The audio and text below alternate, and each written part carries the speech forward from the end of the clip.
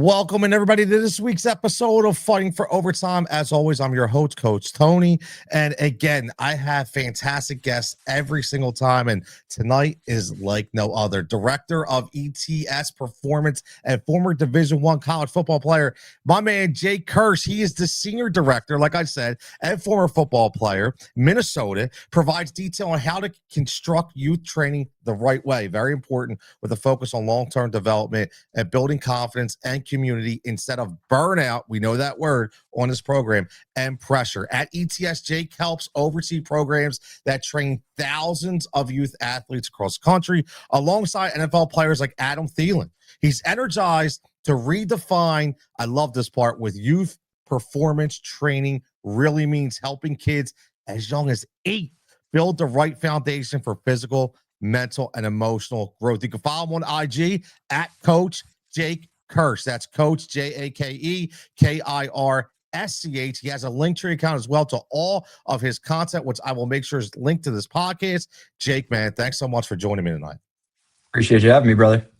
Man, I'm looking forward to this because that training is so important. And I know it's going to be a cliche thing. We're going to have a great conversation tonight, but just before we even get started, let me just explain to everybody what ETS is and what you do on a day-to-day basis. No doubt. Yeah, so we are strictly designed for youth sports performance. So we are a private sector strength and conditioning facility that focuses on strength and speed development for athletes as young as age all the way up to 18. We have a ton of seasonal college kids that come back. We have professionals that we work with, semi-pro. There's no type of athlete that we haven't seen, whether it's Irish dance, whether it's the top football prospects. Like, there's nobody that we haven't trained, no injury we haven't worked around, no goal we haven't done our best to help a kid achieve. And so we're super blessed to be more of a niche training in the niche training field, not doing the sport specific stuff, working on your jump shot, working on your swing. Like, we focus on the physical development of the athlete and help build character along the way. You just said Irish dance, man. How did that come along? Man, that's interesting. I'm intrigued.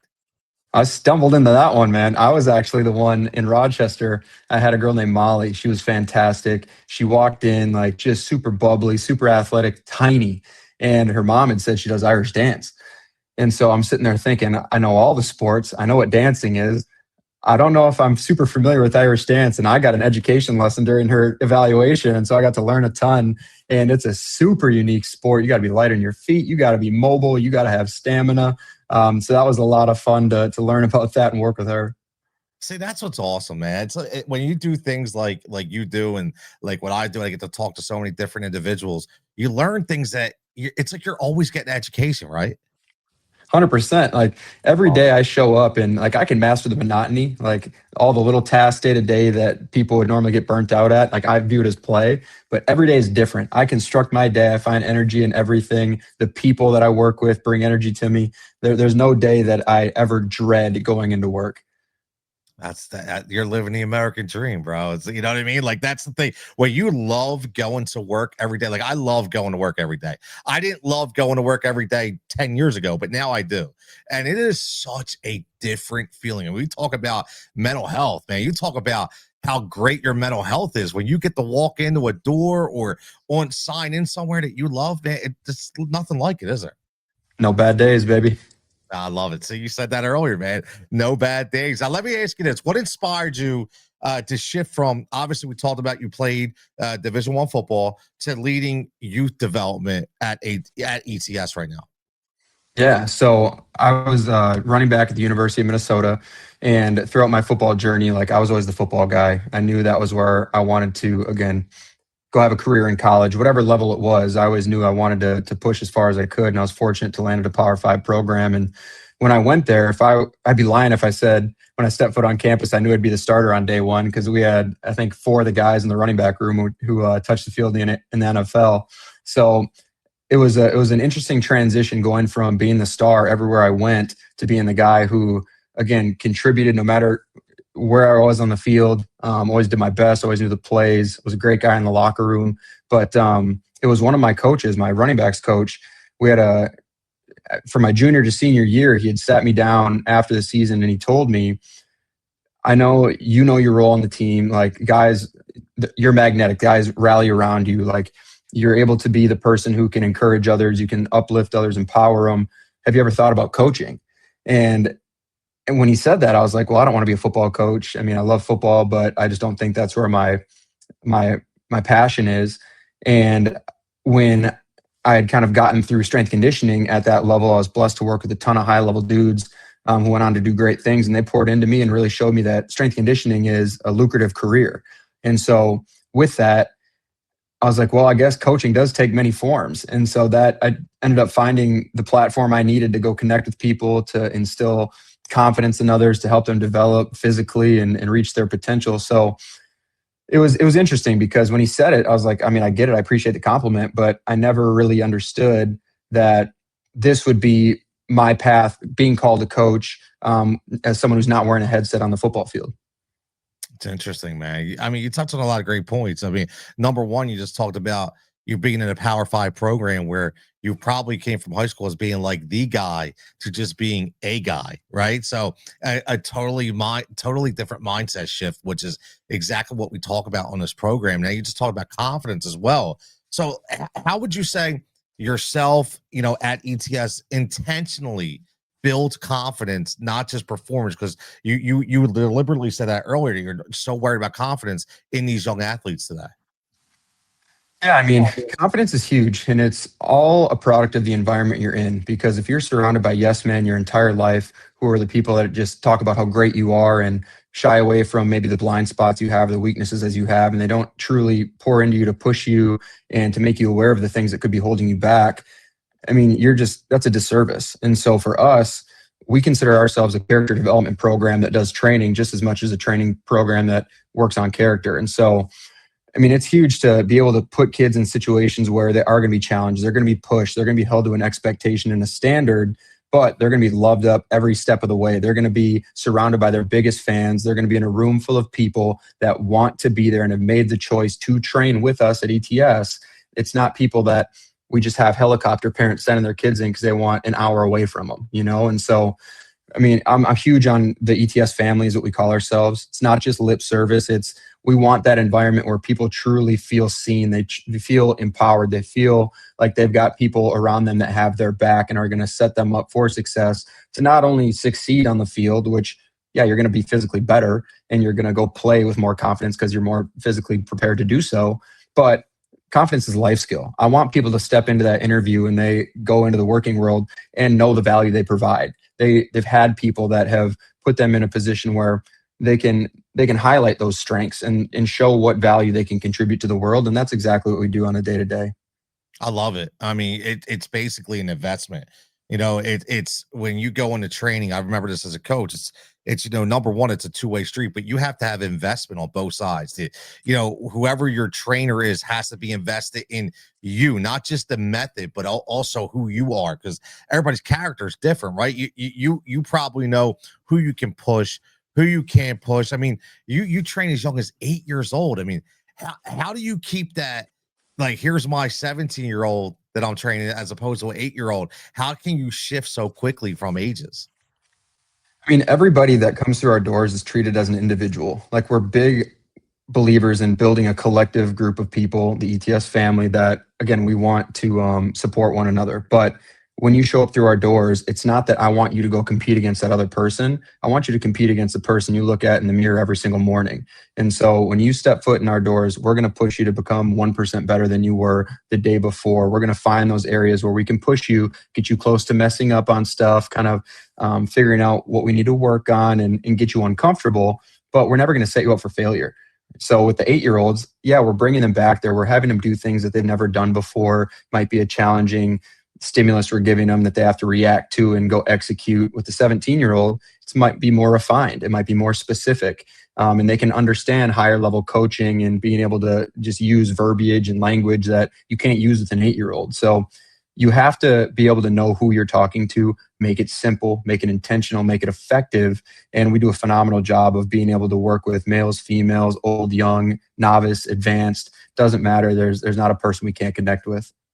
I love it, man. I love it. Now, obviously we talk about, phrases like appropriate development, but I like how you just said you treat everybody as an individual, no matter what the gender is, no matter what the age is.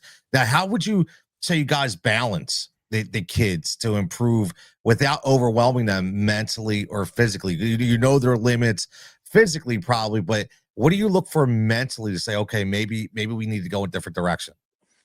Yeah, I mean, right when we have kids come through the doors, we're sitting through that evaluation with their family, and I ask the kid, is this something that you want to do? And I mean, the majority of the time, I'd say 99%, they're like, yeah, absolutely. When can we start?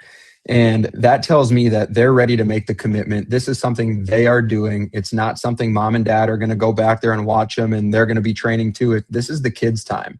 And so when it comes to balancing the mental aspect of thing, step one at the eval, make that commitment. Okay. You're going to experience adversity in your life. You're going to have workouts that are harder than others. But if you show up and you control the controllables, your attitude, your effort, being able to bring that consistently, you're going to overcome at the end of the day. There's nothing you can't do. And so that mental side of things, like that's training is going to bring the most out of you in that aspect, where not every day is rainbows and butterflies. I know there are heartbreaks in high school. There's homework. There's all the stressors that they experience. We want to be that hour of the day where they can come to us, forget about everything, not be in front of a screen for an hour, and just focus on bettering themselves. And so the mental and physical go hand in hand. I love it, man. I love it because, I've seen it on both sides. And to hear you say 99% of kids that come in and say, yo, I'm ready, let's roll. I love it. And I know you're always going to have that small percentage that you probably already know. It's like, hey, listen, we know the parents are probably pushing this child to do, I get it. Unfortunately, that does happen. But to hear you guys have such a high percentage of kids coming in, that's music to my ears. Now, let me ask you, what the number one mistake would you say that you see parents and coaches making in youth performance training today? Well, I would say, I mean, you even kind of indirectly touched on it just now, is they're doing it for themselves and not for the kid. I want to set my kid up for success because that's what I did. It's like your kid has his own goals. He's 12. He doesn't know what he wants yet, but provide him with the resources so he can drive the bus. Okay. Set him up with the people that are going to pour into him, that are going to give him an experience where if he loves it, fantastic. Like, we're going to continue to adapt and evolve our approach to go help him reach his goals. But if they're doing it because that's what they want to do as a parent and not because the kid shows interest in it, they're the ones that are circling the ETS days in the calendar where they're excited to go, like, that's just the wrong fit. And so luckily we have very, very minimal amount of helicopter parents that are like that.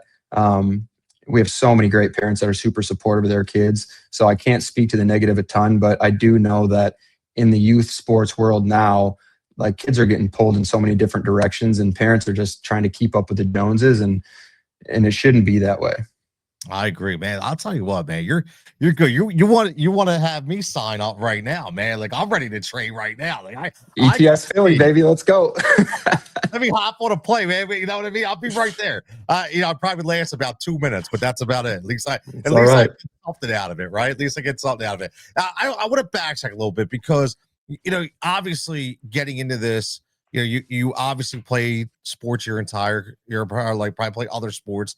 I'm sure we'll get into that, but just like kind of like your early years, looking back at, your youth sports days, obviously totally different than it is right now.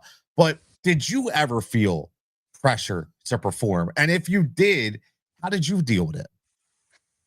Yeah, I'd say the bulk majority of the pressure that I felt was probably self-induced. Like, I was the type of kid that grew up pretty low self-confidence. Like, I was the short, stocky kid growing up, didn't hit the growth spurt till I was 13, 14, and actually, like, felt good about myself.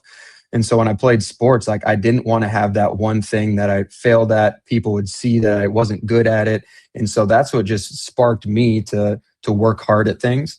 And so I fortunately didn't have a ton of, like, my parents, they weren't the ones to go push me into things I didn't want to do. They knew that I had a genuine love for football at the time, basketball, baseball. Like, I just wanted to play and be a kid. And they set me up to go do those things. And so I know growing up, I had friends that were maybe the opposite, where, again, it was something that they hated, but mom and dad keep signing me up for it. So for me, just being someone who wanted to achieve and not mess up at stuff and be seen as lesser than, that was like my internal drive to, hey, step up, show out, you enjoy this process. But if you want to be successful at it, you got to put the time, the effort in. So I'm my own worst enemy is what I'm getting at.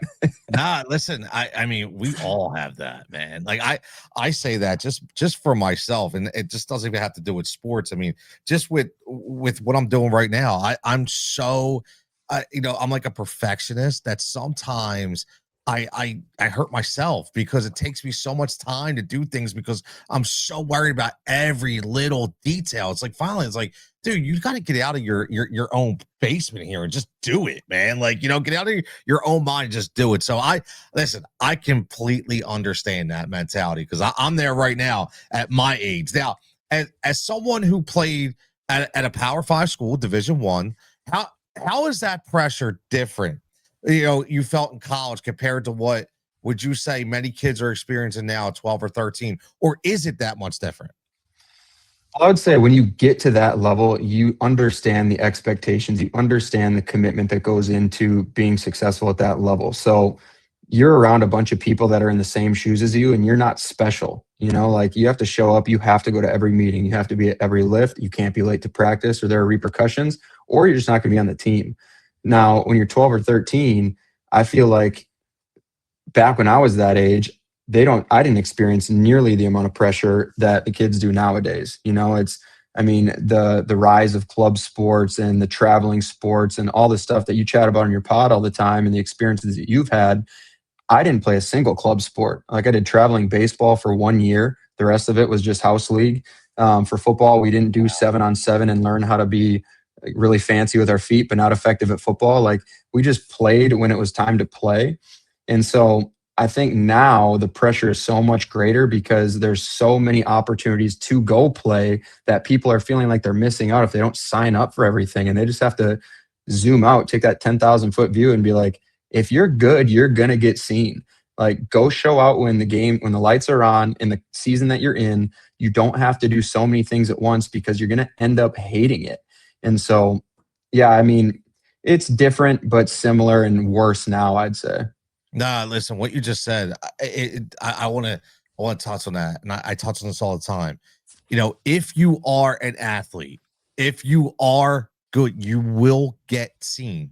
And I used to say this to my kids. I coach all the time when the parents would come up and like, well, I coached softball, was one of my favorite coaches, one of my favorite sports to coach. And I would get a lot of parents. My son or my daughter's a Division One softball player. Well, she should not be subbing in. And listen, I'm like, please understand something. If she's that good, she will get seen. You don't have to put her in every training facility, every showcase tour. Like there are ways, and I think that's what people lose sight of. I had a great guest on who was a Mackenzie, who was for Scout U, and she played Division One soccer, and her biggest regret, she told me, was when she was going through the process, she was so in her mind, not her parents, just her mind was like, I need to be Division One, that she gave up Division Two and Three opportunities, that she looked back now and said, you know what, I probably would have had more fun in Division Two and Division Three, but I just felt like I needed to be that Division One athlete. Do you see that?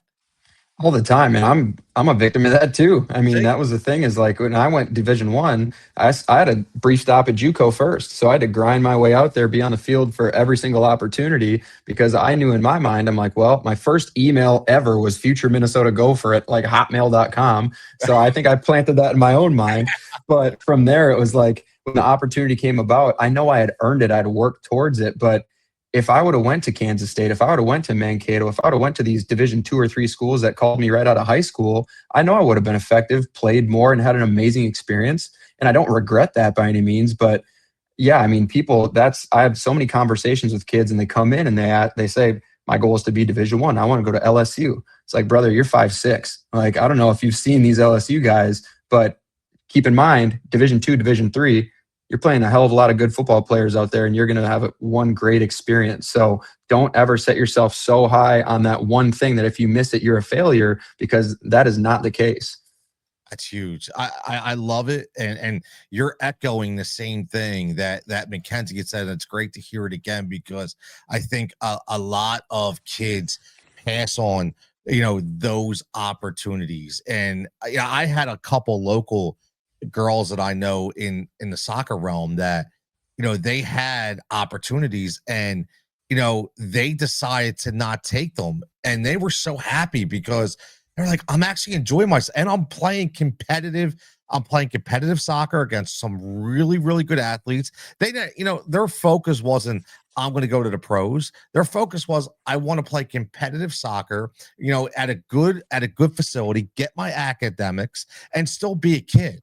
And I think you can achieve all of that. So I think parents really, really, really need to understand that. It's like make it the big time where you're at, like, yeah, if you have dreams of being in the NFL or the MLB, whatever, yeah, you have to have those huge dreams. And I encourage everyone to dream as big as they can, right? Like aim small, miss small. But just because you don't land at that destination does not mean that you're not exactly where you're supposed to be. No, you're so spot on. You really are. Now, going back a little bit when we talked about, because we know like everybody has a team now. There's so many travel teams and there's so many all-star teams, and it's like everybody has this elite program and everybody's chasing. Have you ever had any conflict? And what I mean by that is, not really in a negative sense, but maybe one of your kids come in and you're going through the most. They say, hey, my coach says that I shouldn't be, training this way. I should be doing that. Have you ever witnessed anything like that? All the time. I mean, that can come from I even didn't the think it was local. say all the time. Sorry, but I mean, it's not so much in the negative sense, but so many people have opinions, and a lot of it is like protecting their stars, where they know they've got an amazing athlete on their team, and they know that they're doing supplemental training over at a place, whether it's ETS or elsewhere, and they think, well, that's what's going to get them hurt. It's like, kids aren't getting hurt in the weight room. Okay. Kids aren't getting hurt under the supervision of trained professionals. They're getting hurt because they're never stepping foot off the court. They're playing both ways every single snap of the football game. Like, it's the exposures that are wearing them down, getting them hurt. We're trying to combat that. We are complementing your program, your team. We're not competing against it. And so it's a lot of just the education piece, because I have a ton of amazing conversations with upper level Power 5 coaches. Like when we have athletes that are going to go play college, ask them, hey, what do you guys do at your level? How can we best prepare them? They think it's fantastic that they've got kids training at ETS or just doing something that is not just more sport. And so I think it's the education piece, like I had mentioned, that is just missed. And I get excited when those opportunities pop up, because it's just another opportunity to have a conversation with somebody and share what we exactly do. And at the end of the day, it's like, well, now that I know what she's doing when she's there, he's doing when he's there, I feel good about it. I've built trust. So, I mean, people always have their opinions. And when you hear well, this person was a former professional, and he says they should do that, it's like, he was a professional because he's good at the sport. Doesn't mean he can do the training. He can explain it to a 12-year-old on what he should be doing. So know your scope. yeah, it's stay in your lane. I just tell people, like, stay in your lane, man. Like, no disrespect, but just please stay in your lane. I get it. So no, I love it, man. I do. I love it. Now, you've worked around incredible people. Obviously, you hear the names Adam Thielen, Kirk Cousins, things of that nature. What lessons from those pros do you think can translate best to the kids in youth sports? So much of it comes back to the character side of things, man. I mean, when Adam addresses our company at the summit, and when I've heard him talk at ribbon cuttings and things like that, he always talks about discipline, talks about embracing the process and enjoying the process, not the outcome. And so it's those little daily disciplines that every day that you show up to work, whether it's to practice, whether it's to film, whether it's to lift, whether it's to whatever, treat it like a professional. Okay, show up, have intention behind the things you do. Don't just be a shell of yourself and go through the motions. Like, when you're there, be where your feet are. And so it's being able to love the hard things, being able to understand that not every day you're going to make these big leaps and bounds to, again, achieve this desired outcome that you have set for yourself, because it doesn't happen overnight. It's the persistence, it's the consistency of showing up as your best self and maximizing every opportunity you get. And so it's not even like the X's and O's of training that Adam says you need to do this many sets of that, you need to do this many days of speed work. It's you need to show up, trust the process, and enjoy the grind, because it's not an easy thing. And the people that can withstand that sort of pressure, that sort of just grind, they're the people that's the cream that rises to the top. It's true. I mean, listen, Adam's been playing for a long time. He's had a long career, right? And he's suffered through multiple injuries, and he's still come back, and he's still hit the field. So, I mean, hearing that, that's the thing. When you're a kid, especially we've been teenagers, right? We feel like we are fearless at that age, or nobody can tell us anything. We know everything, right? But when you listen to somebody, I feel that doesn't, like you said, that doesn't just give you the X's and O's and give you numbers and analytics, and they're actually talking to you about culture and discipline and all of that. It just makes you want to listen more, because it always seems like it's more powerful to me whenever I've had a conversation with somebody who could actually give me an actual conversation with real words and real guidance, and not just, like you said, talk about numbers. It's a totally different concept. It makes you completely buy in, man. It really does. Yeah, no doubt, no doubt. Now, obviously, we've talked about the word burnout, which is synonymous. You've actually mentioned it a few times earlier when you talked about training, and we've talked about, the different ages and things of that nature. It's one of the biggest stories right now, youth sports. One of the biggest reasons why, I've started this, because I've seen a lot of kids I've coached. I've seen a lot of kids that some of my friends have coached. I've had parents that are close friends of mine whose kids have gone through the ropes and have been that stud player, and actually said at their senior year they don't want to play anymore because they're completely burnt out, because they've been playing 7 days a week and no days off, and they just wanted to be a kid. So what does burnout, would you say, look like from your perspective, as you train today's youth? Yeah, it's just the overcommitted schedules, like you've got kids that are at one point, we had athletes that are in three sports at once. They're finishing up basketball season, getting into track while still doing club volleyball. Like when you're doing so many things, like you can only have so much energy and you can only have so much time to actually be a kid in the years that you're never going to get back. And so I feel like there's so much pressure on parents to, like I said, keep up with the Joneses and sign them up for absolutely everything. But you have to be able to say no to things. And the kids, I feel like, are just pressured into, well, I've always done this, whether I love it or not, I still got to continue to do it. Like there's got to be some support from the parents too, to be like, if you don't want to do this, just tell me.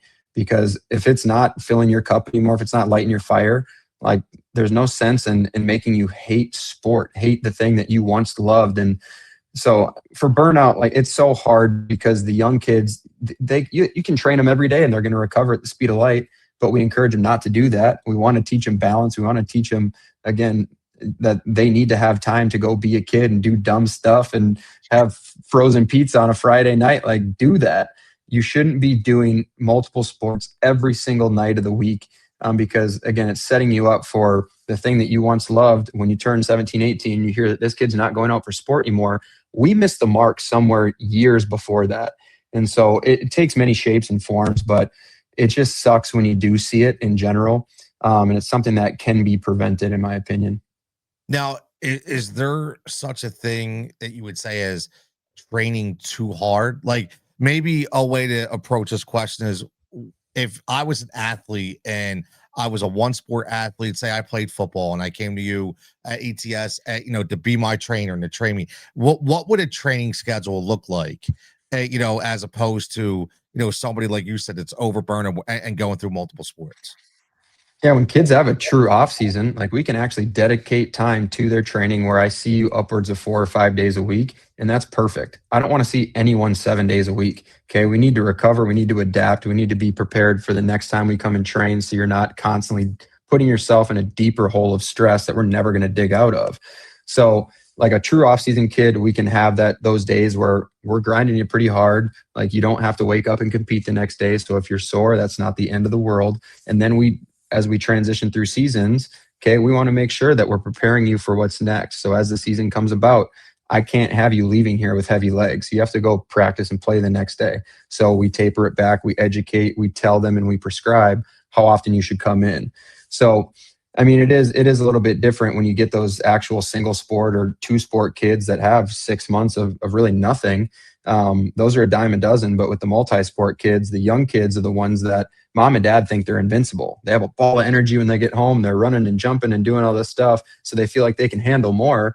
just because it seems that way doesn't mean you should. Okay, let them have that time to themselves, play with their friends, have the sleepovers, do all that stuff, and then let them go be intentional on the days they train. Maybe it's 2-3 days a week.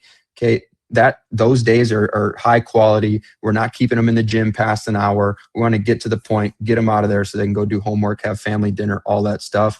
So as they're younger and they have that energy, don't think that you just need to overfill them just to maximize their youth, because that's not what's happening. Nah, and listen, man, I love it. Let them be a kid, right? You gotta let them be a kid. And now it's funny when we talk about multiple sport athletes, because now I remembering, and I'm older than you, so I don't know if it was like this when you were younger, but for me, I did play all year round. However, it was only on a rec team. It was, hey, I played baseball for 3 months, with just, a t-shirt, and I played once a week, one practice, one night a week, one game on the weekends. And then I went into basketball, and then I went into soccer. And but there was no training. There was no extra fall ball. There was no traveling. It was like literally just that. And now it's changed. So I honestly don't know how kids, if they're playing at such a high level, how they even have time to do multiple sports. And I'll say this on a personal note. I remember and it's honestly, I say this all the time, it's a decision I regret. And I tell my daughter this. So my daughter was a fantastic softball player and a fantastic cheerleader. And when she got to ninth grade, I said to her, you got to make a choice. I hate to do this to you, but number one, because I didn't want her to burn out. And I was like, it's just too much, because I never understood how crazy cheerleading was until we got into it. And then I was like, you're going 6 days a week for cheer. How are you going to do that? Plus softball every day. You're going to burn yourself out. So you got to pick one. And I kind of pushed her to my regret, the softball, because I was being a little chauvinistic at that time and said, you know what? I don't want her to be a cheerleader in high school because of all the drop, because of girl dad. And I'm thinking of all crazy stuff, right? So I wanted her to go play softball. And I don't regret, because she had a great career. I don't regret it for that standpoint. I regret it because I didn't let her choose. And I tell her that all the time. I feel like I pushed her, and I feel like she may have chose the latter. So I think a lot of parents could be dealing with that same thing right now. 100%. And like, the guidance we give kids when they come up to us and like, should I go out for this sport? And then you just have that genuine conversation with them, and you say, well, are you doing it because you want to and you love it? Or are you doing it because you feel like you have to, or other people are making you and pressuring you? And when they start to think about that, and they really take like an introspective dive, and they're like, I hated every single practice I went to. I hated every competition. I might have been good at it, but I didn't get any joy from it. And at that point, that's when you kind of have to say, well, that might not be my thing. And so if you want to start to specialize in one less sport, maybe you double down on the one that you really, really love. Okay, that's going to preserve your love for sport and competing. And yeah, I mean, there are some coaches that are like, well, you're so good at this, you should do this. And I'm a firm believer in multi-sport athletes. There's a huge carryover to everything with that. But you have to put the kid first and be like, if he hates being around the dudes and being at practice every time he shows up, I'm not doing him a service. I'm not helping him fill his cup. So it's a tough conversation, and no one ever wants to quit a sport unless they genuinely have to. But I mean, it's one of those things. You're only going to preserve your mental health. You're going to preserve, again, your overall self for the long haul by making that call. Yeah, no, 100%, man. Because now, a lot of these kids, which I love to see, are very, very strong academically. They're in National Honor Society. They're, which is a big commitment. They have a lot of community service they have to do.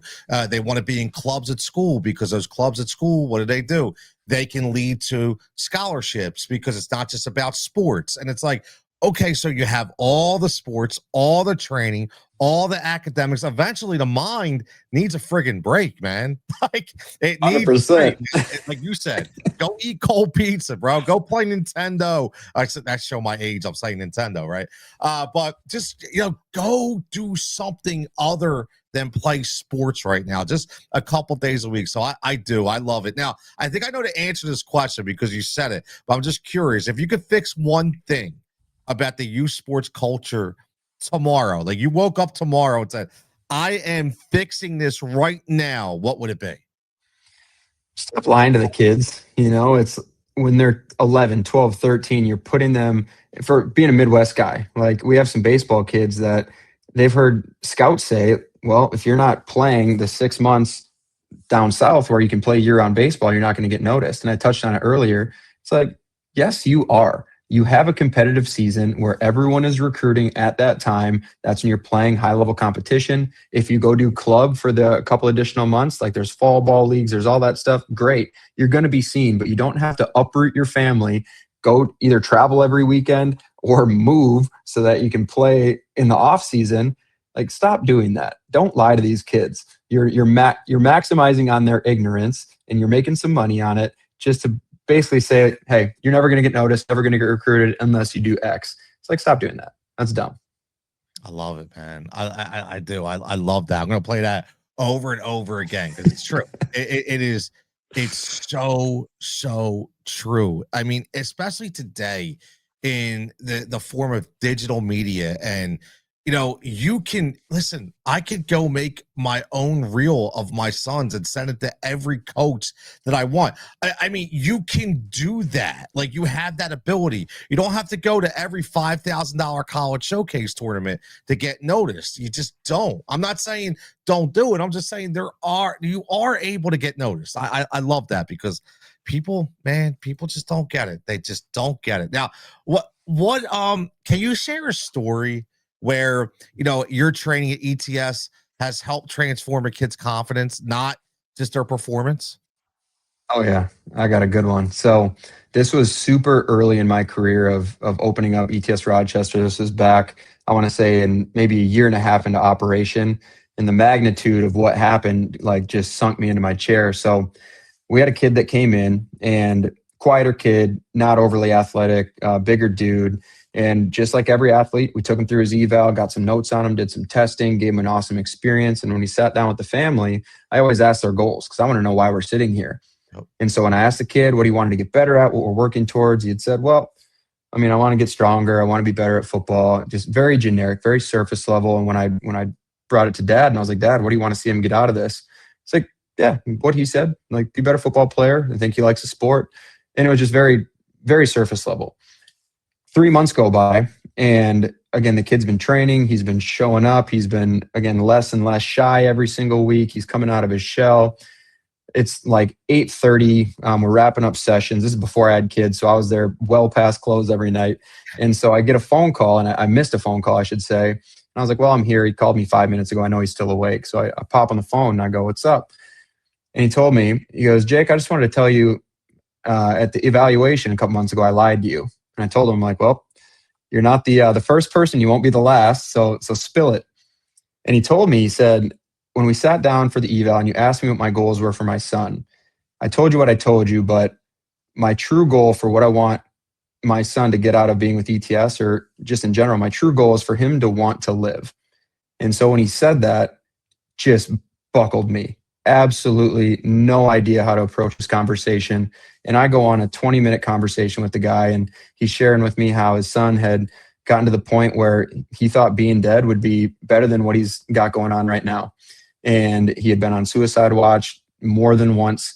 And what he went to tell me is every day he shows up to the gym, I've never seen a version of my son that has been more excited to wake up the next day, go be around the guys like myself and our coaches.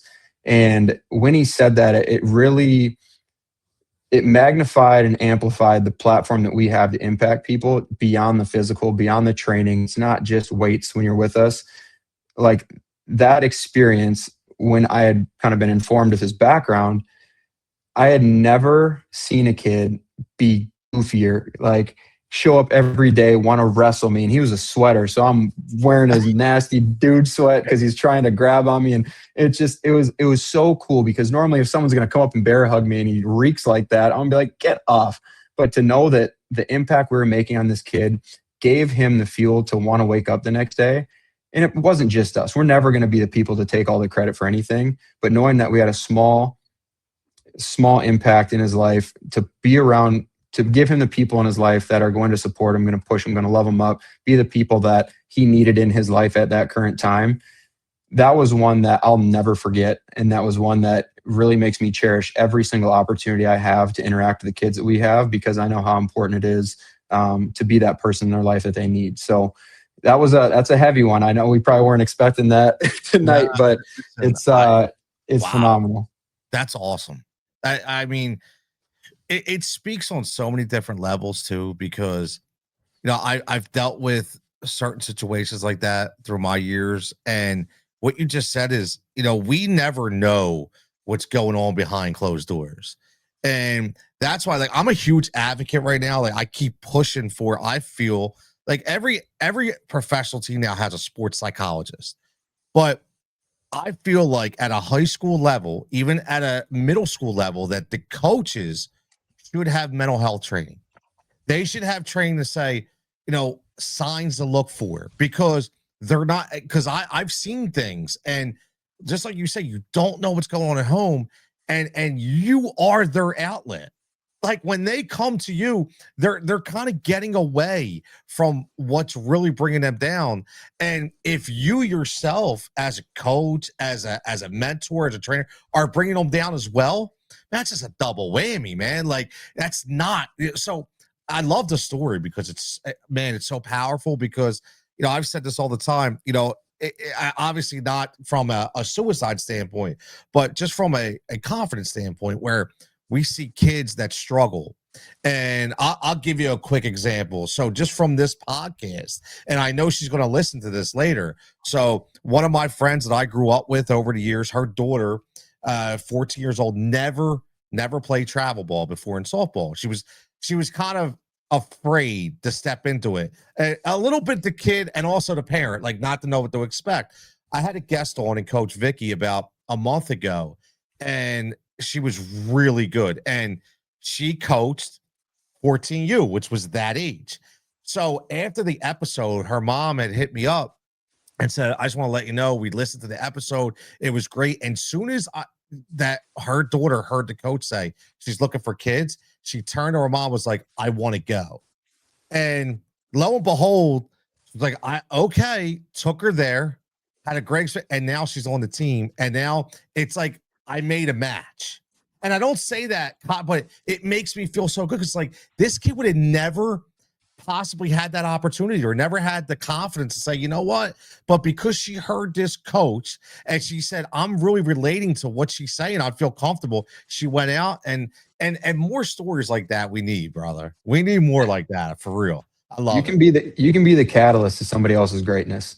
And it's something that sounds so cliche, and it probably gets pumped up on every single self-confidence book you read or self-help, whatever, but it's seriously true. Is like, you never know what other people are going through. And since having 2 daughters now, I get chirped from a lot of my kids that have trained me for years, and they're like, you've gotten so much softer.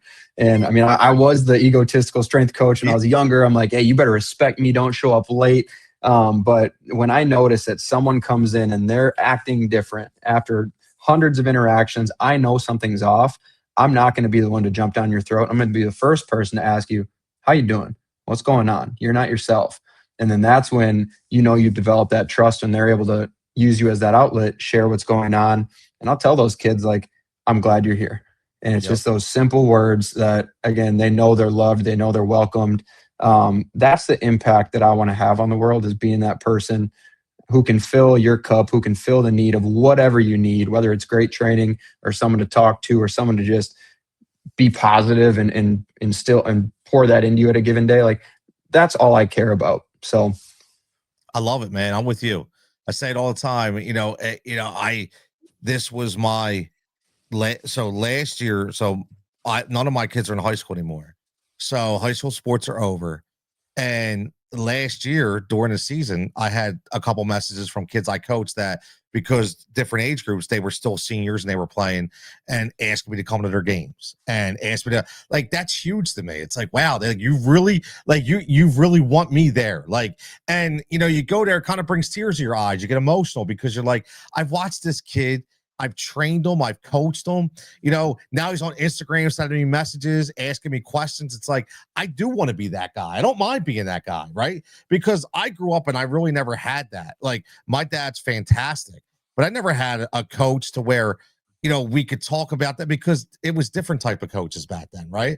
So now I think we are very relatable. It helps when you're a younger guy and you're whether you're male or female, but when you're younger and you can relate to these kids. Like, I'll tell you a funny story. So when I coached softball, now I started kids way too early. Don't recommend it to anybody, but it worked out.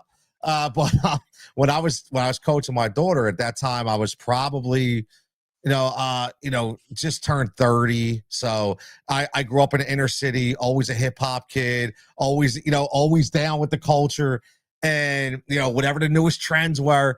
And all the girls would be like, Taylor, your dad is so cool. It must be great to be his kid. And she would look at them and go, you have no idea. You do not want to be Tony's kid because because I knew. Like, I was like, oh, no.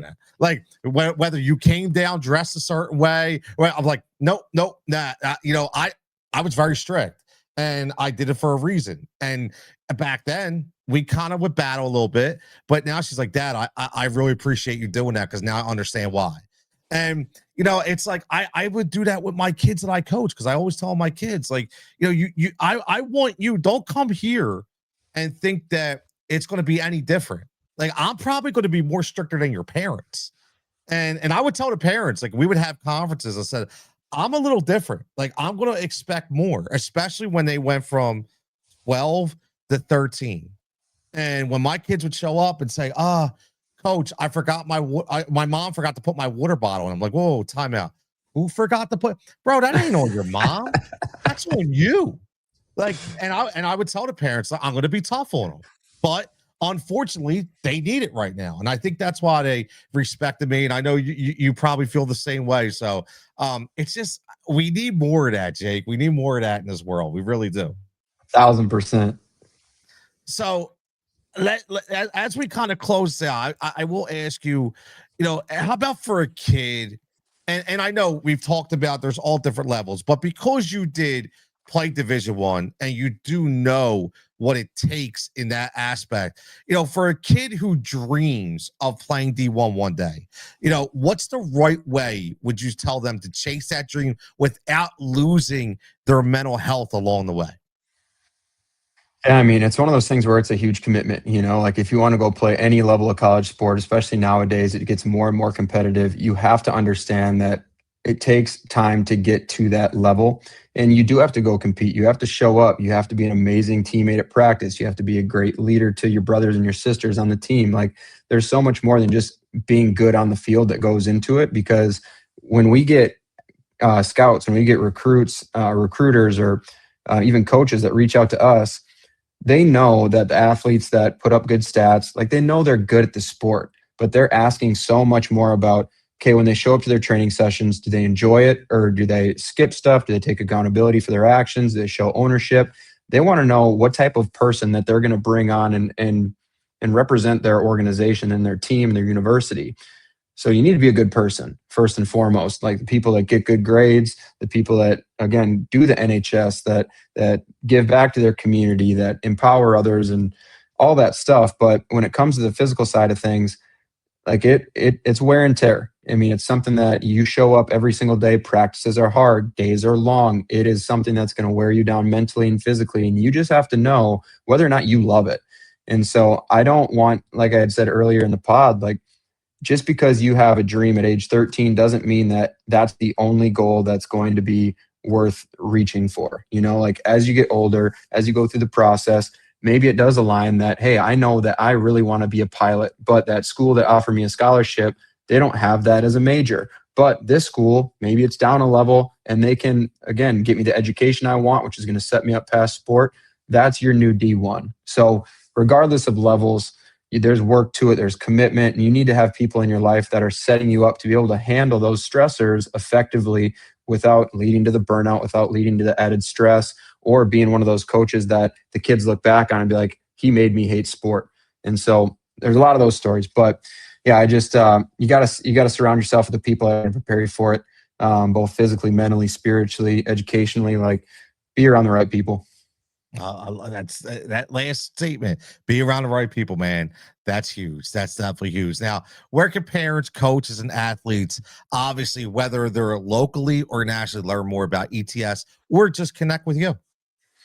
Yeah, people can connect with me directly at my Instagram. Like I get messages from all over, which is super cool that people, whether it's podcasts or just saw a post of me squatting or doing something, they reach out, follow me. It's super cool. So I love interacting. Otherwise from ETS at ETS Performance HQ, that is always going to be showing footage and posts from all of our 60 locations across 20 states. Our website, www.etsperformance.com, has information on our services, what our mission is, what our story is, how we came about.